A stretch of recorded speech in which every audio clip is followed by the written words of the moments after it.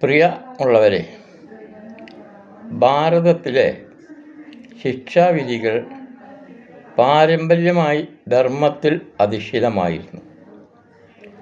ധർമാധർമ്മങ്ങൾ വിവേചിച്ചറിഞ്ഞ് വേണം ശിക്ഷാവിധികൾ നടപ്പാക്കേണ്ടത്. ഗീതയും ബൈബിളും ഖുർആനും തൊട്ട് സത്യം ചെയ്യുമെങ്കിലും ചെയ്യുന്നതും പറയുന്നതും അവരവരുടെ രക്ഷയ്ക്ക് വേണ്ടി മാത്രം. അജ്ഞത കൊണ്ട് ചെയ്യാവുന്ന കുറ്റവും ദ്രോഹവും ശിക്ഷാർഹമാണെങ്കിലും മാപ്പ് കൊടുക്കാവുന്നതാണ്. എങ്ങനെയെന്നാൽ, ഒരാൾ മനഃപൂർവ്വം മുഖത്ത് തുപ്പുന്നതും യാത്ര ചെയ്യുമ്പോൾ ബസ്സിലിരുന്ന് ഛർദ്ദിക്കുന്നതും നാം രണ്ട് രീതിയിലാണ് കാണുന്നത്. ആദ്യത്തേത് ഒഴിവാക്കാവുന്നതാണ്, രണ്ടാമത്തേത് ഒഴിവാക്കാൻ ആവാത്തതാണ്. ഛർദി അഭേദ്യത്തിൻ്റെ പൂർവ്വരൂപമാണ്. തുപ്പൽ യുവതിയുടേതാണെങ്കിൽ കവികൾ അധരമധു എന്ന് വർണ്ണിക്കാറുണ്ട്.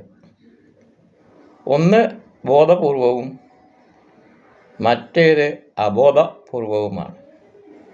ബോധപൂർവതയാണ് തെറ്റിനെ കഠിനമാക്കുന്നത്. അറിഞ്ഞു ചെയ്യുന്ന അധർമ്മം അറിയാതെ ചെയ്യുന്ന അധർമ്മത്തേക്കാൾ കുറ്റകരമാണ്. അധർമ്മം ചെയ്യുന്നവരാണ് മനുഷ്യരിൽ ഭൂരിഭാഗവും. ഭൂരിഭാഗത്തിൻ്റെ രാഷ്ട്രീയവും ഭരണതലവും അലങ്കരിക്കുന്നവരാണ് ഭരണാധികാരികൾ ആണെങ്കിൽ രാജ്യം നാശത്തിലേക്ക് വഴിതെളിക്കും. മനുഷ്യരുടെയും ജീവജാലങ്ങളുടെയും നിലനിൽപ്പിനാവശ്യമായ ശിക്ഷാവിധികൾ അത് സ്വാർത്ഥലാഭത്തിന് എടുത്ത് ഉപയോഗിച്ചാൽ രാഷ്ട്രനാശത്തിന് കാരണമാകും.